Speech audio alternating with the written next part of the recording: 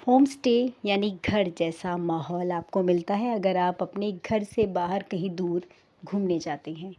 तो ऐसे में अगर आपको वहाँ पे सब सुविधाएं तो मिलती हैं, लेकिन एक ख़ास चीज़ भी मिल जाए, एक ख़ास व्यक्ति मिल जाए जो आपको आसपास के नेचर से कनेक्ट कर दे, जो चीज़ें आप ना देख पा रही हो वो आपको दिखाए, उसकी आंखों से आप नेचर को देखो। तो क्या ख्याल है? नेचर टेलर, जी हाँ, नेचर टेलर कहा जा सकता है उसको। जी हाँ, हिमाचल प्रदेश में एक ऐसा ही होम स्टे देखने को मिला और उस होम स्टे का नाम था प्लम। जी हाँ, प्लम होम स्टे। वहाँ पे मिस्टर और मिसेस दीक्षित जो कि 60 साल की उम्र पार करने के बाद लंबे टूर पे शांति से रहने के लिए हिमाचल प्रदेश चले गए। उन्होंने प्लम होम स्टे 1 महीने के लिए बुक कर दिया। मिसेस दीक्षित को ज़्यादा इंटरेस्ट नहीं था पहाड़ों में, नदियों में, उन्हें बहुत बोरिंग लगता था। हाँ, लेकिन अपनी योगा को लेके वो बहुत पर्टिकुलर थी। सुबह उठ के उन्हें योगा करना अच्छा लगता था, बुक्स पढ़ना अच्छा लगता था और मेडिटेशन पर वो बहुत ज़ोर देती थी। वहीं दूसरी ओर मिस्टर दीक्षित घूमने के बहुत शौकीन, पहाड़ों को देखना, पेड़ों को देखना, फूलों को देखना, वो सब चीज़ें उन्हें बेहद पसंद थी। दोनों के नेचर बिल्कुल ऑपोजिट थे। अब दोनों पहुंच तो गए 1 महीने के लिए, पर उनकी ये होम स्टे की 1 महीने की जर्नी कैसी रही, इसी के ऊपर आज मेरी स्टोरी बॉक्स आपको कहानी सुना रही है।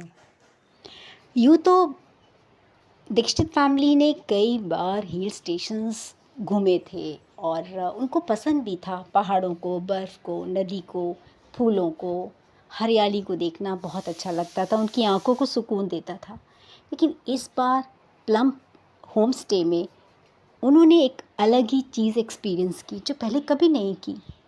हर बार वो अपनी आँखों से, अपनी समझ के साथ नेचर को देख कर आ जाते थे, लेकिन इस बार उन्होंने अपनी आँखों से नहीं, किसी दूसरे की आँखों से नेचर, प्रकृति का आनंद लिया।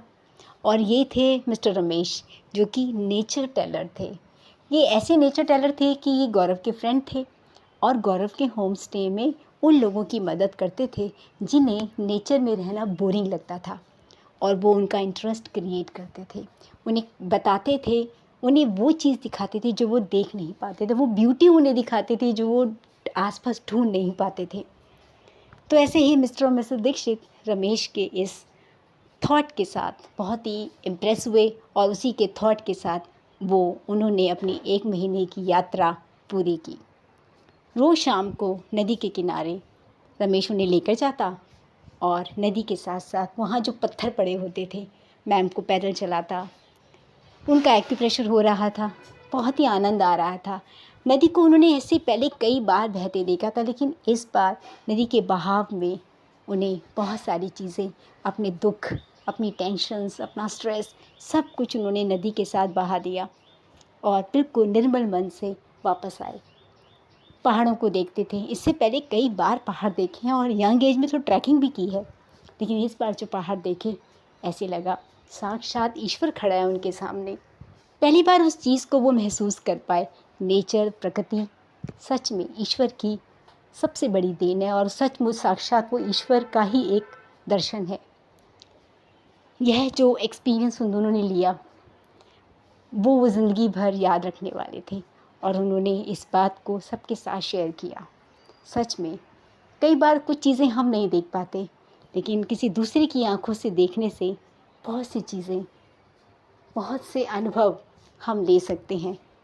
तो नेचर टेलर मुझे लगता है कि एक अच्छी शुरुआत है और नेचर टेलर हम सब में कहीं ना कहीं होता ही है। अगर नहीं है तो जिनके पास ही नेचर टेलिंग का टैलेंट है, उनको अपने साथ रख लीजिए। कहानी कैसी लगी ज़रूर बताइएगा और नेचर टेलर का आइडिया कैसा लगा ज़रूर बताइएगा।